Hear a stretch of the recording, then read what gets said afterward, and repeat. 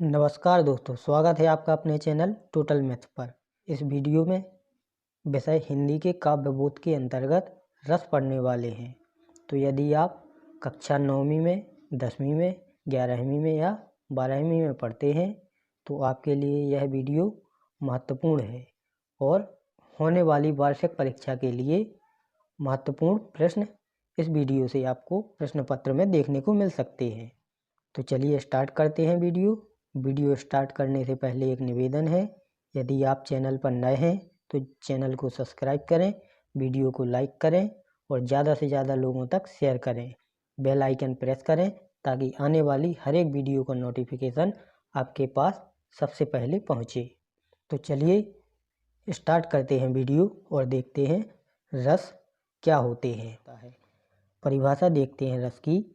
काव्य के पढ़ने, सुनने अथवा अभिनय देखने में पाठक, श्रोता या दर्शकों को जो आनंद मिलता है वही काव्य में रस कहलाता है। तो बहुत सिंपल परिभाषा है। किसी काव्य को पढ़ने अथवा सुनने से या अभिनय देखने से जो पाठक यानी पढ़ने वाले को, श्रोता यानी सुनने वाले को, दर्शक यानी देखने वाले को जो आनंद प्राप्त होता है वही काव्य में रस कहलाता है। आचार्य विश्वनाथ के अनुसार रसात्मकम वाक्यम काव्यम, अर्थात रसयुक्त वाक्य ही काव्य है। आगे बढ़ते हैं और देखते हैं रस के अंग। रस के 4 अंग होते हैं। यहाँ बहुत लोग गलती करते हैं, यहाँ 9 लिख देते हैं कि रस के 9 अंग होते हैं। रसों की संख्या 9 होती है, बाकी रस के अंग 4 ही होते हैं। कौन कौन से होते हैं देखते हैं आगे। पहला है स्थायी भाव, दूसरा है विभाव, तीसरा है अनुभाव और चौथा है संचारी भाव। यह रस के 4 अंग होते हैं। अब इनको थोड़ी विस्तार से देखते हैं और ये ऐसे पढ़ने वाले हैं कि ये आपको कभी भूल ही नहीं पाएंगे, क्योंकि इनको चित्र के माध्यम से पढ़ने वाले हैं। पहला है स्थायी भाव। स्थायी भाव की परिभाषा देखिए। सहृदय के हृदय में जो भाव स्थायी रूप से निवास करते हैं वह स्थायी भाव कहलाते हैं। तो समझिए इसको। सहृदय के हृदय में जो भाव स्थायी रूप से निवास करते हैं और किसी परिस्थिति को देखते वो उभर आते हैं, उसे स्थायी भाव कहते हैं। मान लीजिए यह कोई व्यक्ति है और इसने एकदम से किसी शेर को या टाइगर को देखा तो इसके मन में एक भाव प्रकट होगा, इसको डर लगेगा, यह भयभीत हो जाएगा। तो इसके मन में यह भय नामक स्थायी भाव पहले से था जो शेर को देखने पर प्रकट हुआ। तो यही स्थायी भाव की परिभाषा है कि सहृदय के हृदय में जो स्थायी भाव स्थायी रूप से निवास करते हैं वह स्थायी भाव कहलाते हैं। तो इस व्यक्ति के मन में यह भय नामक स्थायी भाव पहले से था जो शेर को देखने पर प्रकट हुआ, तो इसे स्थायी भाव कहते हैं। अगला देखते हैं अनुभाव क्या होता है। आश्रय की बाह्य शारीरिक चेष्टाओं को अनुभाव कहते हैं। तो जब इस व्यक्ति ने शेर को देखा तो यह भागने का प्रयास भी करेगा, इसकी आंखें नम हो जाएंगी, आंसू भी आ सकते हैं, सांसें तेज चलने लगेगी। तो इस शारीरिक चेष्टाओं को अनुभाव कहते हैं। और आगे देखते हैं विभाव। विभाव की परिभाषा है स्थायी भावों को जागृत करने वाले कारक विभाव कहलाते हैं। स्थायी भाव कैसे जागृत होते हैं इसको विभाव कहते हैं। विभाव के 2 भेद होते हैं, आलंबन और उद्दीपन। जिसके प्रति स्थायी भाव उत्पन्न हो वह आलंबन कहलाता है और स्थायी भावों को बढ़ाने या उद्दीप्त करने वाले भाव उद्दीपन कहलाते हैं।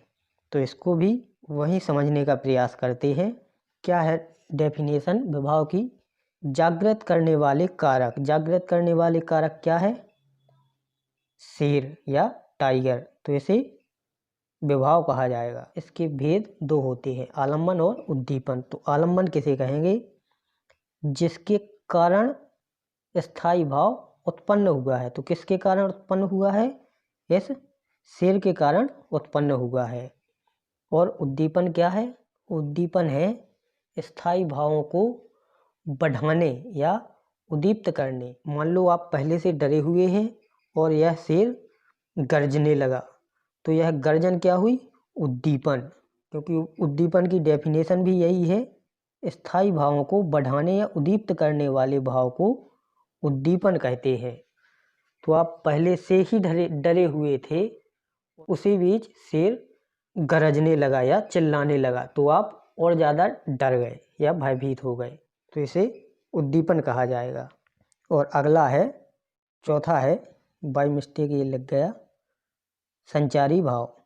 संचारी भाव की परिभाषा है स्थायी भाव को पुष्ट करने के लिए जो भाव उत्पन्न होकर पुनः लुप्त हो जाते हैं, उन्हें संचारी भाव कहते हैं। इनकी संख्या 33 मानी गई है।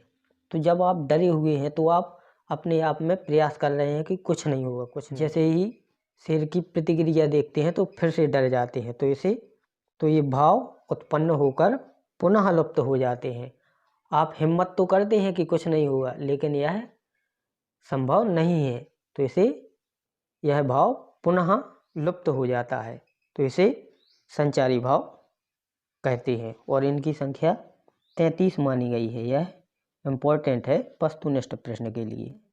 आगे बढ़ते हैं और देखते हैं रस के नाम व उनके स्थायी भाव। रसों की संख्या 9 मानी गई है, परंतु कहीं कहीं 11 भी देखने को मिलती है, जिसमें 2 रस बढ़ा दिए गए हैं। कौन कौन से? आगे पढ़ते हैं। तो पहला रस है श्रृंगार रस, इसका स्थायी भाव है रति। दूसरा है हास्य रस, इसका स्थायी भाव है हास। तीसरा है करुण रस, इसका है शोक। चौथा है विभत्स रस, इसका स्थायी भाव है जुगुप्सा। यह ता नहीं है यहाँ, आधा पा है यहाँ। पांचवा है रौद्र रस, इसका स्थायी भाव है क्रोध। छठवां है अद्भुत रस, इसका स्थायी भाव विस्मय। सातवां है वीर रस, इसका स्थायी भाव उत्साह। आठवां है शांत रस, इसका स्थायी भाव है निर्वेद। नौवां है भयानक रस, इसका स्थायी भाव भय। और अंतिम और 10वां है वात्सल्य रस, इसका स्थायी भाव है वत्सल। और 11वां भक्ति रस जोड़ा गया है, जिसका स्थायी भाव भगवत विशेषण होता है, लेकिन यह लिखना नहीं है। यदि रसों की संख्या पूछे तो संख्या 9 ही लिखनी है। ये ज़्यादातर विद्यार्थियों को याद होते हैं। 1-2 है, जैसे विभत्स रस का स्थायी भाव जुगुप्सा, यह भूलता है। और शांत रस का स्थायी भाव निर्वेदित, थोड़ी अलग टाइप के हैं, ये भूलते हैं। तो दोस्तों, कैसा लगा प्रयास कमेंट करके ज़रूर बताइएगा। वीडियो अच्छी लगी हो तो वीडियो को लाइक करें, ज़्यादा से ज़्यादा लोगों तक शेयर करें और चैनल को सब्सक्राइब करें, बेल आइकन प्रेस करें, ताकि आने वाली हर एक वीडियो का नोटिफिकेशन आपके पास सबसे पहले पहुंचे। धन्यवाद।